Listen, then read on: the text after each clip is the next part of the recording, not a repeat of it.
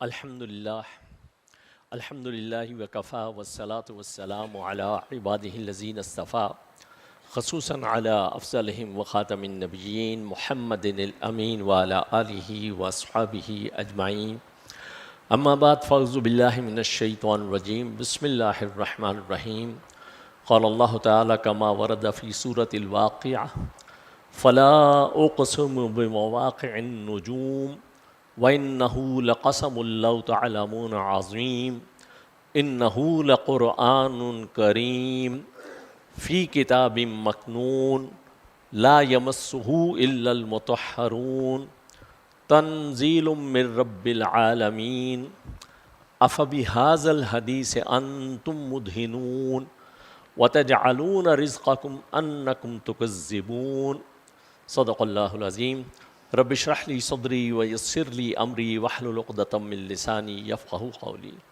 اللہم الہمنا رشدنا واعذنا من شرور انفسنا اللہم صل علی محمد وعلی آل محمد کما صلیت علی ابراہیم وعلی آل ابراہیم انک حمید مجید اللہم بارک علی محمد وعلی آل محمد کما بارکت علی ابراہیم وعلی آل ابراہیم انک حمید مجید سبحانک لا علم لنا الا ما علمتنا انک انت العلیم الحکیم ربنا زدنا علمنا وعملنا آمین یا رب العالمین۔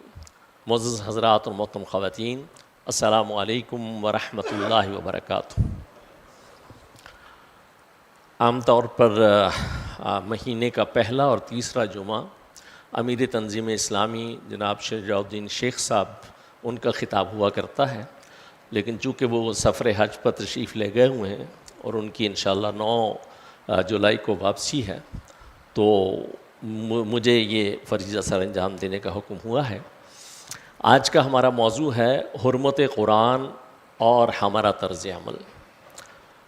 یہ اس پر ایک تبصرہ تو اللہ سبحانہ تعالیٰ کی طرف سے ہمارے سامنے آتا ہے، سورہ واقعہ کی آیات 75 تا 82 جو بھی میں نے آپ کے سامنے آغاز میں تلاوت کی، صرف اس کا ترجمہ عرض کرتا ہوں۔ ارشاد باری تعالیٰ ہے فلا اقسم بمواقع النجوم۔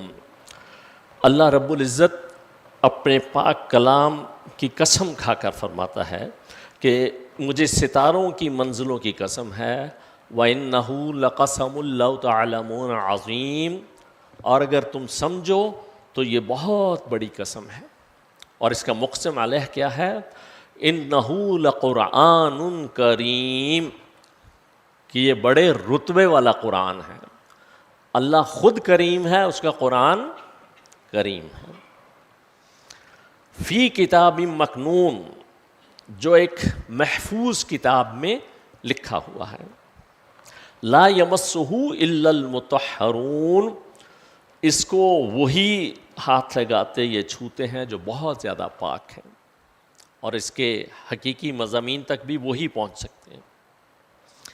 تنزیل من رب العالمین، جہانوں کے پروردگار کی طرف سے بڑے اہتمام سے اتارا گیا ہے۔ یہ تو اس کی اپنی صفات ہیں، ہمارا رویہ، ہمارا طرز عمل اس کے بارے میں کیا ہے، اس پر بھی اللہ ہم سے پوچھ رہا ہے۔ افبہذا الحدیث انتم مدہنون، کیا تم اس حدیث سے انکار کرتے ہو، مداہنت کرتے ہو، سستی کا، کوتاہی کا رویہ اختیار کرتے ہو؟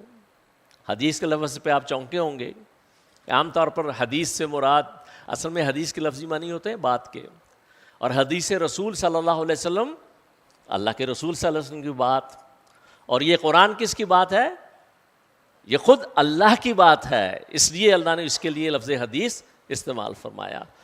اس کے بارے میں تمہاری جو ہے وہ ایٹیچیوڈ، تمہارا بیہیویئر یہ ہے کہ تم اس کے بارے میں سستی کا، کوتاہی کا، ڈھیلے پن کا مظاہرہ کرتے ہو۔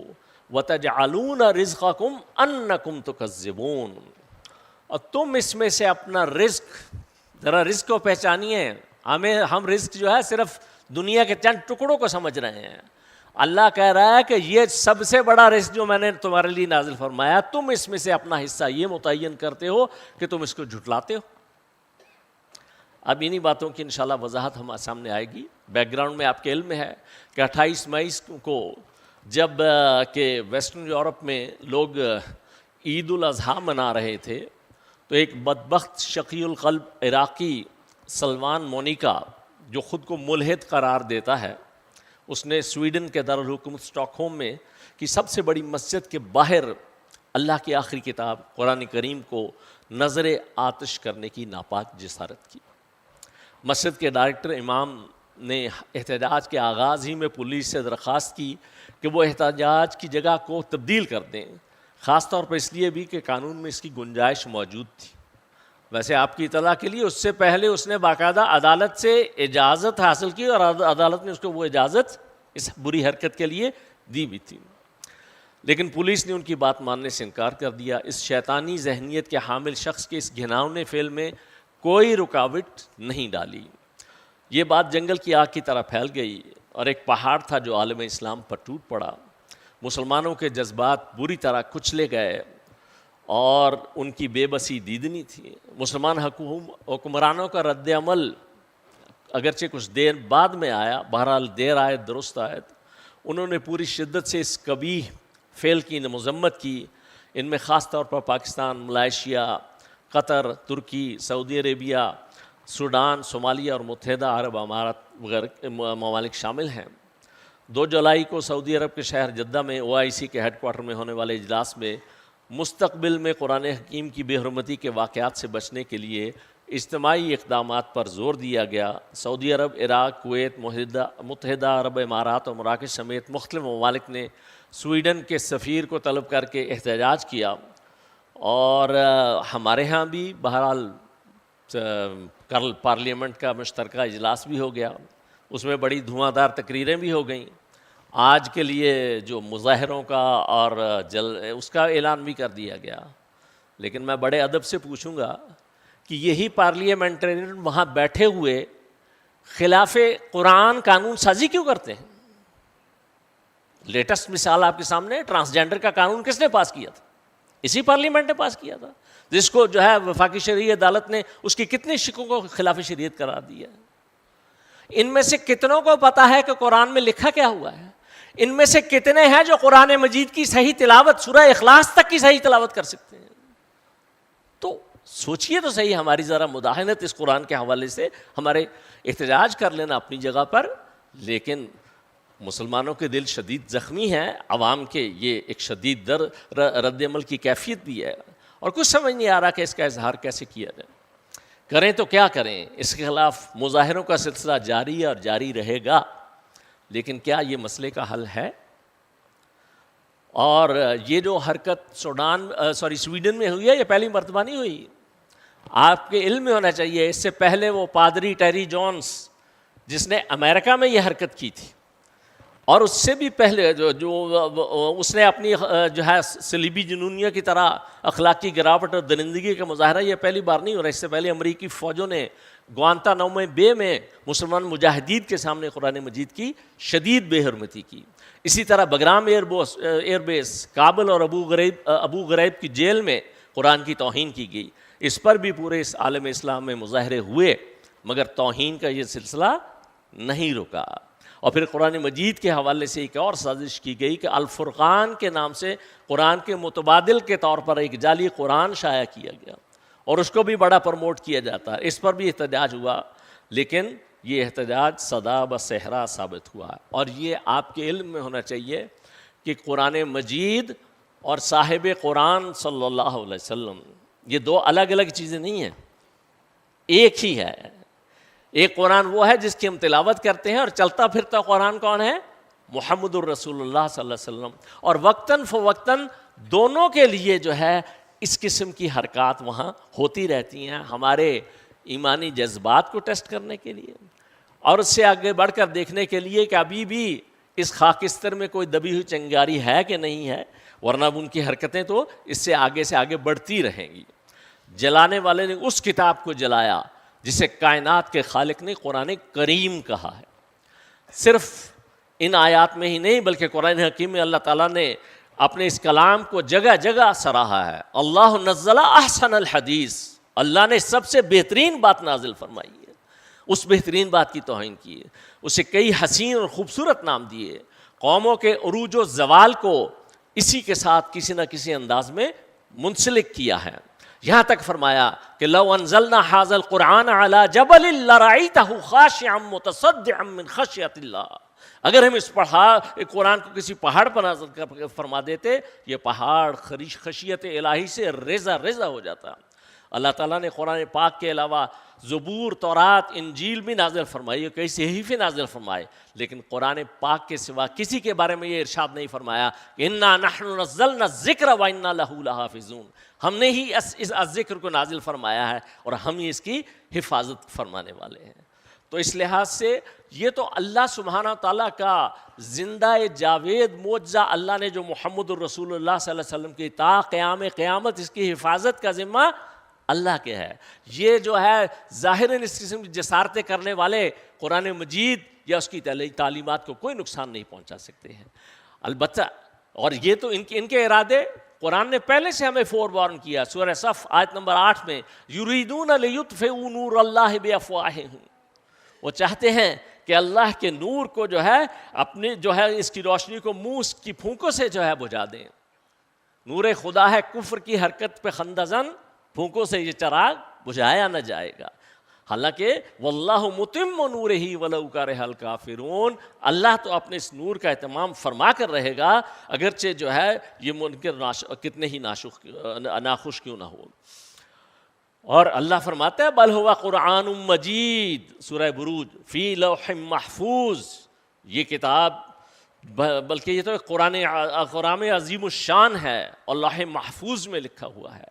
سورہ عنکبوت میں فرمایا آیت نمبر 49 میں بل ہوا آیات بینات فی صدور الذین اوتوا العلم، بلکہ یہ قرآن یہ روشن آیتیں ہیں جن لوگوں کو علم دیا گیا یہ ان کے سینوں میں محفوظ ہیں. کتنے حفاظ کو، کتنے انسانوں کو جو ہے ختم کر دو گے، یہ قرآن ختم نہیں ہو سکتا ہے. اور فرمایا کہ وما یجحد بآیاتنا الا الظالمون، ہماری آیات کے بارے میں جھگڑا نہیں کرتے، انکار نہیں کرتے مگر وہی لوگ جو ظالم ہیں.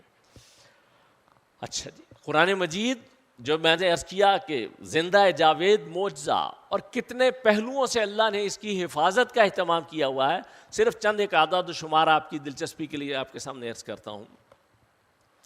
یہ نہ جو ہے وہ اپنا کوئی جغرافیے کی کتاب، نہ تاریخ کی کتاب، لیکن اس کے اندر جو اللہ نے جو الفاظ استعمال کیے ہیں ہر کام کے لیے آپ غور کریں گے تو حیران رہ جائیں گے. اس میں جو ہے وہ لفظ الشہر، شہر کے معنی ہوتے مہینہ، شہر رمضان الذی انزل فیہ القرآن، کاؤنٹ کیا گیا پورے قرآن میں کتنی مرتبہ آیا؟ 12 مرتبہ. سال کے کتنے مہینے ہوتے ہیں؟ الیوم 365 مرتبہ. الدنیا، اور دنیا کا جوڑا کیا ہے؟ آخرت. 115 مرتبہ لفظ دنیا آیا اور 115 مرتبہ ہی لفظ الآخرہ آیا. الملائکہ جو خیر کی قوتیں ہیں 88 ٹائمز، اور شیاطین جو شر کی قوتیں ہیں وہ بھی 88 ٹائمز. اسی طریقے سے زندگی، اور زندگی کی بہن کیا ہے؟ موت. 145 مرتبہ زندگی کا تذکرہ ہے اور 145 مرتبہ ہی موت کا ذکر آیا ہے. مرد الرجل 24 مرتبہ، اور خاتون المرأہ وہ بھی 24 مرتبہ. مرد اور عورت ہونے کے ناطے اللہ کی مخلوق کے دونوں برابر ہیں، اس لیے اللہ نے اپنے کلام میں ان کی ہاں شوہر اور بیوی کی حیثیت سے ایک درجہ اللہ نے شوہر کو دیا ہے، لیکن مرد اور عورت کی حیثیت سے نہ ان کے جو ہے اعمال میں نہ ان کے اجر میں کوئی فرق نہیں ہے، اس لیے اللہ نے ان کے لیے نام بھی برابر استعمال کیے. بار یہ تو میں نے آپ کے سامنے چند ایک مثالیں عرض کی. ایک آخری بات عرض کر کے کہ یہ جو اتنا جس کے اندر اللہ نے، اب بس سوچئے ساری باتیں کس کس تناظر میں آ رہی ہیں، وہاں گنتی کا کوئی سوال ہی نہیں ہے، لیکن اللہ سبحانہ تعالیٰ کے قربان جائیے کہ پورے قرآن میں ان الفاظ جو ہے اس تعداد میں استعمال ہوئے ہیں. اس کی ایک آخری مثال یہ عرض کر رہا ہوں کہ دیکھیے جو لفظ البحر آیا ہے، سمندر، پانی، یہ قرآن مجید میں آیا ہے 32 ٹائمز، اور البر، خشکی، یہ آیا ہے 13 مرتبہ. اب یہاں پر یہ برابر نہیں ہے، لیکن اگر آپ ان کا 13 اور 32 کو جمع کریں یہ بنتے ہیں 45. اور جو پہلے باہر کے لیے جو لفظ سمندر کے لیے آیا ہے وہ 32/45 comes to 71.111%، جو کہ تناسب ہے اس کرۂ ارضی پر پانی کا. اور دوسرا جو ہے 13/45 it comes to 28.88%، جو کہ ہے تناسب ہے اس کرۂ ارضی پر خشکی کا. تو بتائیے یہ کوئی جغرافیے کی کتاب ہے کچھ ہے، لیکن اللہ سبحانہ وتعالیٰ کی قدرت. یہ تو میں چند ایک مثالیں دی ہیں، آپ غور کرتے چلے جائیں، آپ کو اس کے ان گنت اور جو ہے وہ معجزے اس کے سامنے آئیں گے. تو اس کتاب کی حفاظت اللہ نے خود اس کا ذمہ لیا. مسلمانوں کا جہاں تک تعلق ہے، ان کے جذبات اگرچہ بہت بری طرح کچلے گئے ہیں، اور یہ بات یقین سے کہی جا سکتی ہے کہ اگر دنیا بھر کے مسلمانوں سے وہ ملعون شخص یہ کہتا کہ میں قرآن پاک صرف اس شرط پر نہیں جلاؤں گا کہ تم خود قرآن کی جگہ اس آگ میں کود جاؤ، تو رب کعبہ کی قسم ہمارے سمیت مسلمانوں کی عظیم اکثریت اس شرط کو پورا کر دیتی. لیکن معاملات محض جذبات سے اور صرف ایک مرتبہ جل مرنے سے حل نہیں ہوتے ہیں. اللہ کے راستے میں جہاد سلگ کر جلنے سے ہوتا ہے، اور نفسانی خواہشات کو نظر آتش کرنے سے ہوتا ہے. کبھی نہ ختم ہونے والی یہ دنیوی سہولتوں کو جلتی چتا میں ڈالنے سے ہوتا ہے. یہ جہازوں میں عیش کدے اور انٹرٹینمنٹ کے لیے نئے جو ہے وہ اور بڑی بڑی بلڈنگیں بنانے سے نہیں، کشتیوں کو دشمن کے ساحل پر جلانے سے جو ہے یہ جہاد ہوتا ہے. ایک جو ہے ملعون شخص نے قرآن پاک کو جلا کر امت مسلمہ کے منہ پر زوردار تھپڑ رسید کیا ہے. اس کا منہ توڑ جواب تقریروں، تحریروں، جلسوں اور جلوسوں سے نہیں دیا جا سکے گا. ٹائر جلانے پر وہ قرآن جلانے سے باز نہیں آئیں گے.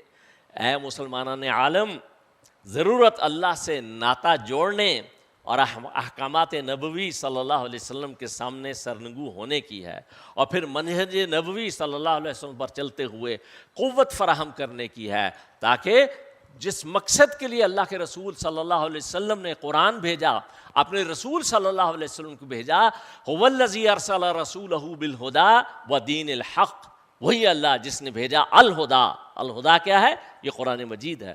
ودین الحق، اور حق نظام زندگی بھیجا.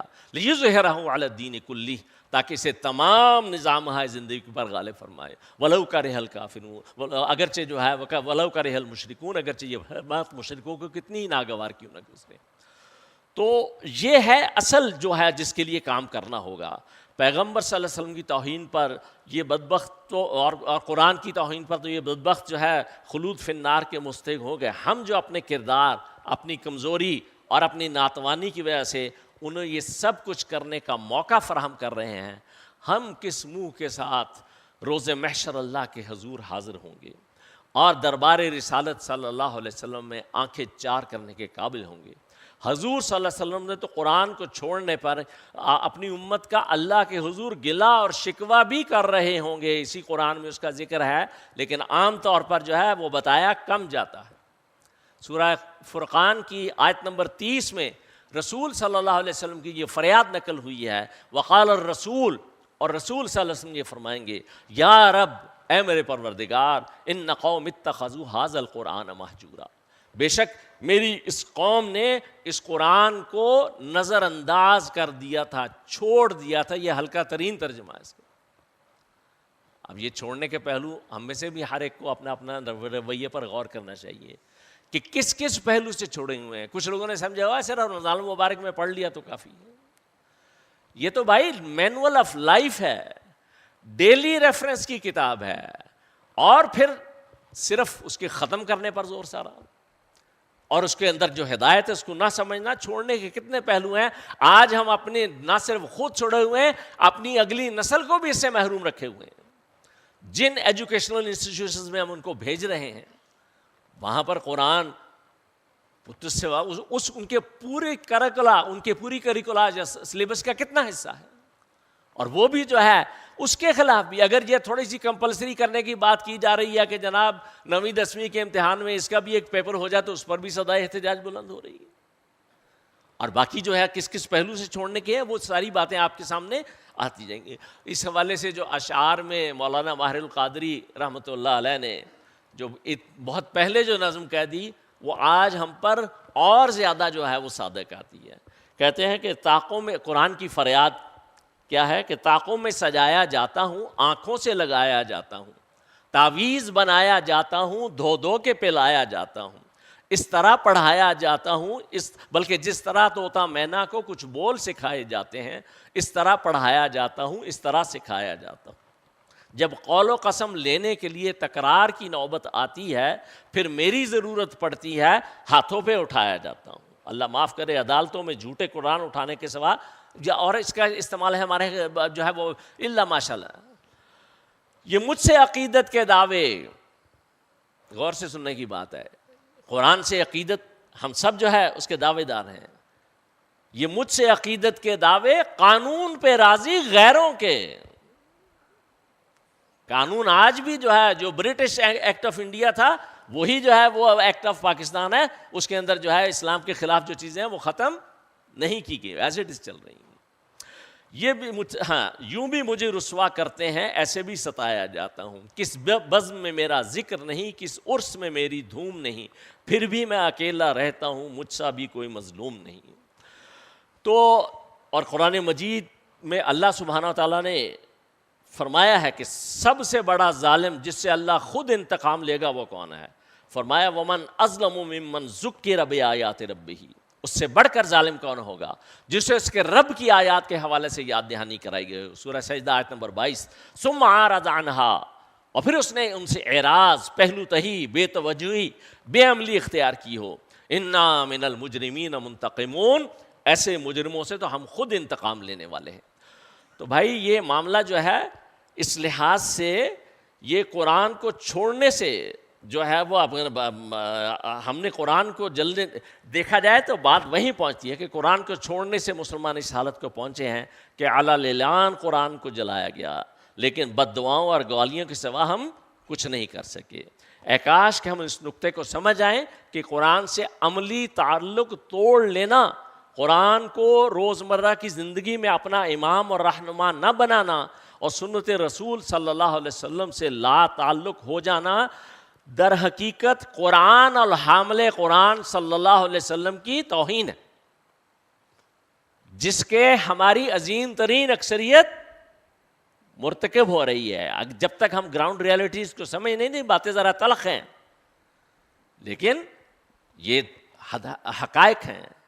وہ زمانے میں معزز تھے مسلمان ہو کر اور تم خوار ہوئے تارکے. تو یہ بتائیے، یہ صرف میں تو عرض نہیں کر رہا، یہ باتیں تو ہمارے سامنے علامہ اقبال اور جتنے بھی ہمارے جو ہے وہ اکابرین ہیں وہ کتنی دفعہ جو ہے عرض کر چکے ہیں. اور اللہ خود فرماتا ہے یہ سزا ہے. وَمَن يَعْشُ عَن ذِكْرِ الرَّحْمَنِ، جو رحمان کے ذکر سے آنکھ بند کر لیتا ہے. سورہ زخرف.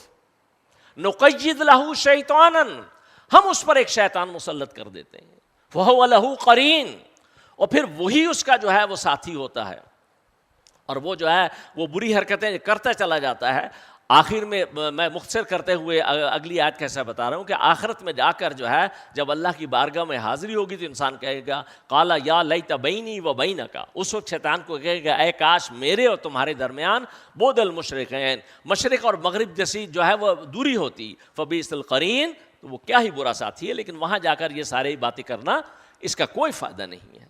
اور اسی لیے اللہ نے جو ہے اسی سورہ زخرف میں فرمایا وَإِنَّهُ لَذِكْرٌ لَكَ، بے شک یہ قرآن اے نبی صلی اللہ علیہ وسلم آپ کے لیے ذکر ہے، یاد دہانی ہے، نصیحت ہے. ذکر کے معنی آنر اور شرف بھی ہیں، صرف آپ کے لیے نہیں، والے قومی کا، اور آپ کی قوم کے لیے بھی. ہم آپ صلی اللہ علیہ وسلم کی قوم میں ہیں کہ نہیں؟ تو یہ ہمارے لیے بھی اللہ نے اتنا بڑا یاد دہانی، ذکر، آنر. وَسَوْفَ تُسْأَلُونَ، اور ان قریب تم سب سے اس کے بارے میں پوچھا جائے گا کہ تمہارا اس کے بارے میں کیا رویہ تھا، کیا طرز عمل تھا. اکاؤنٹیبلٹی اس حوالے سے بھی فیس کرنی ہوگی. اسی لیے اللہ نے سورہ محمد آیت نمبر 24 میں فرمایا افلا یتدبرون القرآن، کیا یہ لوگ قرآن پر غور نہیں کرتے ہیں؟ ام علی قلوب اقفالها، یا ان کے دلوں پر تالے لگ چکے ہیں. اور جو باتیں آخرت میں حسرتناک طریقے سے جا کر کہنی ہے وہ ساری کی ساری اللہ نے یہاں پر جو ہے ہمارے قرآن میں واضح کر دی. سورۃ الاعراف آیت نمبر 179 میں فرمایا وَلَقَدْ زَرَعْنَا لِجَهَنَّمَ كَثِيرًا مِّنَ الْجِنِّ وَالْإِنسِ، ہم نے جہنم کے لیے پیدا کر دیے بہت سارے جن اور انسان. وہ کون لوگ ہیں؟ لہم قلوب لا یفقہون بہا، ان کے دل ہیں لیکن وہ ان سے سمجھتے نہیں ہیں. وَلَهُمْ أَعْیُنٌ لَا يُبْصِرُونَ بِهَا، ان کی آنکھیں ہیں لیکن وہ ان سے دیکھتے نہیں ہیں. وَلَهُمْ آذَانٌ لَا يَسْمَعُونَ بِهَا، ان کے کان ہیں لیکن وہ ان سے سنتے نہیں ہیں. أُولَٰئِکَ كَالْأَنْعَامِ بَلْ هُمْ أَضَلُّ، یہ لوگ جو ہے چوپائے مویشیوں کی طرح ہیں بلکہ ان سے بھی زیادہ گمراہ. اور سورہ ملک میں جہاں فرمایا کہ جب فرشتے پوچھیں گے کہ تمہیں کوئی خبردار کرنے والا نہیں آیا تھا، کہیں گے کہ بالکل آیا تھا. اور وہاں حضرت سے قالوا لو كنا نسمع او نعقل، اے کاش کہ ہم نے سنا ہوتا اور ہم نے سمجھا ہوتا. کس چیز کو سنا سمجھا ہوتا؟ اللہ نے جو ہدایت نازل فرمائی. لو كنا نسمع او نعقل ما كنا في اصحاب السعیر، تو آج اس بھڑکتی ہوئی آگ کے سزاواروں میں شامل نہ ہوتے. اور پھر وہ اپنے قصور کا اعتراف کر لیں گے اور اللہ کی رحمت سے دوری. بہرحال ان نٹ شیل ہماری کیفیت یہ ہے کہ ہماری اکثریت قرآن حکیم کو اول تو باقاعدگی سے پڑھتی ہی نہیں ہے، اور اکثر پڑھنے والوں کا معاملہ جو ہے وہ بھی محض حصول برکت و ثواب تک محدود ہے، اس لیے بغیر سمجھے پڑھنا. ایک پڑھا لکھا شخص جو سمجھنے کی اہلیت رکھتا ہے، جانتے بوجھتے ہوئے اگر اس کو بغیر سمجھے پڑھتا ہے، وہ بھی اس کی توہین کا مرتکب ہو رہا ہے، اس لیے کہ اللہ نے اس کو ہدایت کے لیے نازل فرمایا ہے، اور ہدایت بغیر سمجھے آ نہیں سکتی. اچھا، اور دیگر علوم سیکھنے کے لیے ہم ملینز جو ہے اپنے بچوں پر اپنے اوپر سپینڈ کرتے ہیں، پوری زندگیاں لگاتے ہیں، لیکن علوم قرآن اور اس کی زبان کو سیکھنے کے لیے ہمارے پاس وقت نہیں ہے. اور یہ بات اللہ کے رسول سے، دیکھیے حفظ بہت بڑی نعمت ہے قرآن کی، لیکن کون سے حافظ کے بارے میں اللہ کے رسول صلی اللہ علیہ وسلم کی بشارتیں ہیں؟ مسند احمد، ترمذی، ابن ماجہ اور دارمی کی روایات کا مفہوم بتا رہا ہوں. آپ سب نے ارشاد فرمایا جو شخص قرآن پڑھے اور اس کو زبانی یاد کرے، پھر قرآن نے جن چیزوں کو حلال قرار دیا ہے ان کے حلال ہونے کا، اور جن کو حرام قرار دیا ہے ان کے حرام ہونے کا عقیدہ رکھے، یعنی اس کے مطابق عمل کرے، تو اللہ تعالیٰ اس شخص کو جنت میں داخل فرمائے گا، اور اس کے خاندان کے ایسے 10 افراد کے بارے میں اس کی سفارش قبول کی جائے گی جن کے لیے جہنم واجب ہو چکی ہوگی، اور اس کی سفارش پر ان افراد کی بخشش ہوگی اور جنت مل جائے گی. لیکن یہ کون سے حافظ کی بات ہو رہی ہے؟ وہ حافظ جس کو پتا ہو کہ میں نے کیا حفظ کیا ہے، اس کے حلال کے مطابق اپنی زندگی جو گزار رہا ہے، اس کے حرام سے بچتے ہوئے عمل کرتا ہوا ہے، با عمل حافظ. اور کتنے اللہ معاف کرے حفاظ ہیں جو یاد کرنے بچپن میں یاد کیا اور اس کے بعد الفاظ کو بھی بھولے ہوئے ہیں، اور جن کو یاد بھی ہے تو اس کے اندر جو ہے کیا پیغام ہے اس کا پتہ ہی نہیں ہے. ایک اور حدیث ابن ماجہ کی، وہ ہم سب کے لیے بہت ہی جو ہے وہ اپنا لرزا دینے والی. زیاد بن لبید رضی اللہ تعالیٰ کہتے ہیں کہ نبی صلی اللہ علیہ وسلم نے ایک خوفناک چیز کا ذکر کیا اور پھر فرمایا کہ ایسا اس وقت ہوگا جب کہ دین کا علم مٹ جائے گا. تو میں نے کہا کہ اللہ کے رسول صلی اللہ علیہ وسلم علم کیوں کر مٹ جائے گا جب کہ ہم قرآن مجید پڑھ رہے ہیں اور اپنی اولاد کو پڑھا رہے ہیں، اور ہمارے بیٹے اپنی اولاد کو پڑھاتے رہیں گے. یہی کچھ ہو رہا نا جی آج، لیکن قرآن کے الفاظ صرف پڑھ رہے ہیں. حضور صلی اللہ علیہ وسلم نے فرمایا خوب اے زیاد، میں تمہیں مدینہ کا انتہائی سمجھدار آدمی سمجھتا تھا، کیا تم نہیں دیکھتے کہ یہود و نصارہ تورات اور انجیل مقدس کی کتنی تلاوت کرتے ہیں پر ان کی تعلیمات پر کچھ بھی عمل، جب تعلیمات پر عمل نہیں کیا جاتا جس کا مطلب ہے کہ وہ علم جو ہے وہ اس سے محرومی کی کیفیت ہے. بہرحال اس میں جو بات حضرت معاذ بن جبل کی جو ہے ایک اور روایت، یہ المعجم الصغیر الطبرانی میں آئی ہے کہ رسول اللہ صلی اللہ علیہ وسلم نے فرمایا عطیہ قبول کرو جب تک اس کی حیثیت عطیے کی ہو، لیکن جب عطیہ دین کے معاملے میں رشوت بن جائے تو پھر اسے قبول نہ کرو. قربان جائے اللہ کے رسول صلی اللہ علیہ وسلم کے. آج ساری رشوتیں کس نام سے؟ گفٹ، جی ہاں اس کے وجہ ہو رہی ہیں نا، تو آپ صلی اللہ علیہ وسلم سے فوراً فرما دیے. اس کے آگے فرمایا ہاں سنو، اسلام کی چکی گھوم رہی ہے تو جس طرف قرآن کا رخ ہو ادھر تم بھی گھوم جاؤ، جس طرف قرآن کا رخ ہو ادھر تم بھی گھوم جاؤ. سنو، قرآن اور اقتدار عنقریب دونوں جدا ہو جائیں گے، خبردار تم قرآن کا ساتھ نہ چھوڑنا. مطلب حکمران جو ہیں وہ قرآن سے دور ہوں گے، لیکن تم نے کس چیز کو نہیں چھوڑنا؟ قرآن کو نہیں چھوڑنا۔ آئندہ ایسے حکمران ہوں گے جو تمہارے بارے میں فیصلے کریں گے، اگر تم ان کی اطاعت کرو گے تو وہ تمہیں گمراہ کر ڈالیں گے، اور اگر تم ان کا حکم نہ مانو گے تو تمہیں موت کے گھاٹ اتارنے تک تیار ہوں گے۔ راوی نے سوال کیا کہ ان حالات میں ہمیں کیا کرنا ہے؟ رسول اللہ صلی اللہ علیہ وسلم نے فرمایا وہی کرو جو حضرت عیسیٰ علیہ السلام کے ساتھیوں نے کیا۔ وہ لوگ آروں سے چیرے گئے، سولیوں پر لٹکائے گئے۔ اللہ کی نافرمانی میں زندگی گزارنے سے بہتر ہے کہ انسان اللہ تعالیٰ کے احکام کی پیروی کرتے ہوئے جان دے دے۔ تو یہ ہے معاملہ، قرآن کو نہیں چھوڑنا ہے۔ یہ جو آج ہمارے اوپر جو دنیا پرست مسلط ہیں ان سے جان چھوڑانے کی کوشش کرنی ہے۔ حاصل کلام اللہ غری کے رحمت فرمائے محترم ڈاکٹر اسرار احمد رحمۃ اللہ علیہ کو، وہ بہت پہلے ہمیں مسلمانوں پر قرآن مجید کے حقوق، بڑا جامع کتابچہ ان کا اویلیبل ہے، جنہوں نے نہیں پڑھا میں بڑا دست بستہ گزارش کروں گا کہ ایک دفعہ ضرور اس کا مطالعہ کریں۔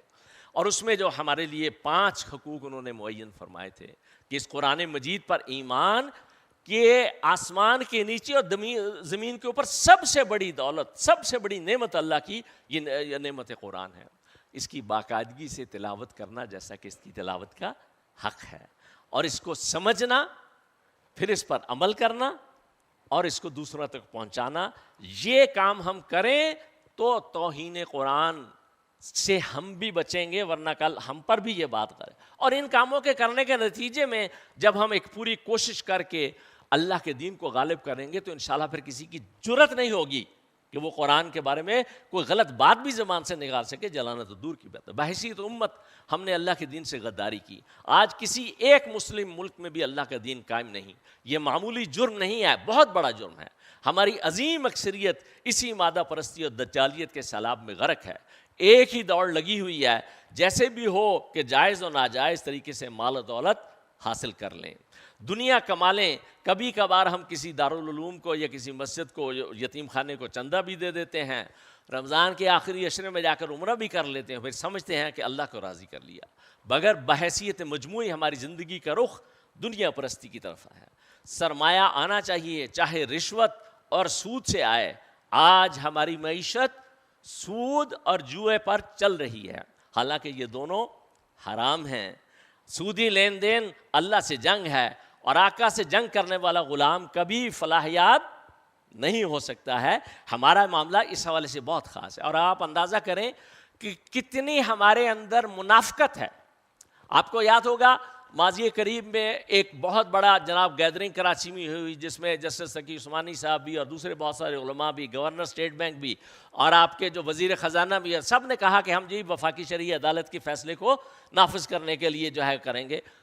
15 مہینے گزر چکے ہیں اس کو، آج تک اس کے اوپر کیا ہوا؟ اور اس پر اس سے آگے بڑھ کر جیسے ہی آپ کا IMF کے ساتھ معاہدہ ہو گیا ہے، اور آپ کو پتا ہے کہ اس معاہدہ یا جو ہمارا بجٹ ہے اوور آل 1400 ارب کا بجٹ ہے، اس میں سے 730 ارب سے زیادہ جو ہے 14,000 کا بجٹ، اس میں سے 7,000 سے زیادہ صرف سود کی ادائیگی پر پے کرنا ہے۔ اور اس پر دیدہ درہنی آج کے یہاں دیکھیے، یہ جو اسٹیٹ بینک کو خود مختار کیا گیا تھا، ابھی پچھلے 2-3 دن پہلے خبر آئی ہے کہ جناب وہ اسٹیٹ بینک کے گورنر صاحب نے اپنے وہاں پر بینکوں کے نمائندوں کے سامنے جو ہے گفتگو کرتے ہوئے کہا گیا کہ شرعی اصولوں کو بینکاری پر زبردستی لاگو نہیں کیا جائے گا۔ اندازہ کریں منافقت کا۔ وہاں کھڑے ہو کے کہہ رہے تھے کہ ہم شریعت کے مطابق جو ہے وہ قوانین سارے جو ہے سود کا خاتمہ کریں گے، اور یہاں کہہ رہے ہیں کہ جناب شرعی اصولوں کو بینکاری پر زبردستی لاگو نہیں کیا جائے گا۔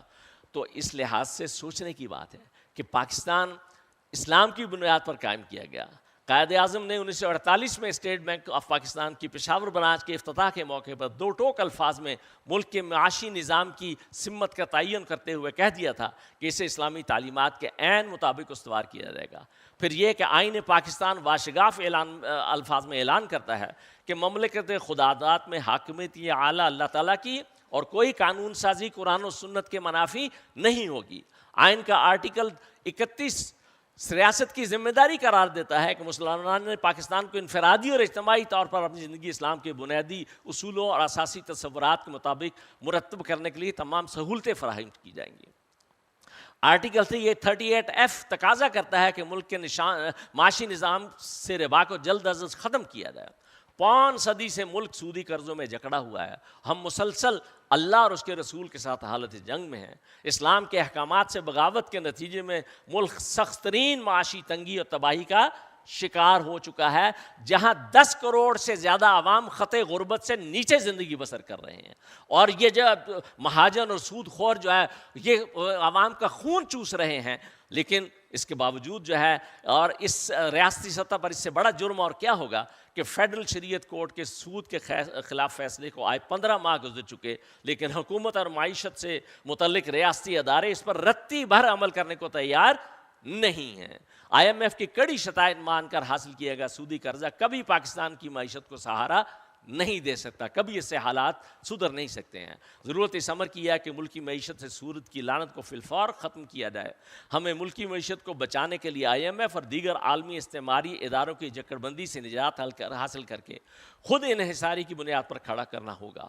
اور حقیقت یہ ہے کہ عدل اجتماعی پر مبنی اسلام کے معاشی نظام کو اپنانے سے ہی ملک میں استحکام اور خوشحالی آ سکتی ہے. یعنی قرآن مجید کا جو دیا ہوا عادلانہ نظام ہے وہ خواہ سیاسی سطح پر ہو, خواہ معاشی سطح پر ہو یا معاشرتی سطح پر ہو, جو بالفعل محمد صلی اللہ علیہ وسلم نے نافذ کر دکھایا اس کو نافذ کریں گے تو تبھی جو ہے خارج میں بھی توہین قرآن رک سکے گی, اور ملک کے اندر بھی جو عملی طور پر ہم جو ہے اسلام اور قرآن کے برعکس جو زندگی گزار رہے ہیں وہ تبھی ہماری اللہ کی بارگاہ میں صحیح معنوں میں توبہ اسی وقت ہوگی.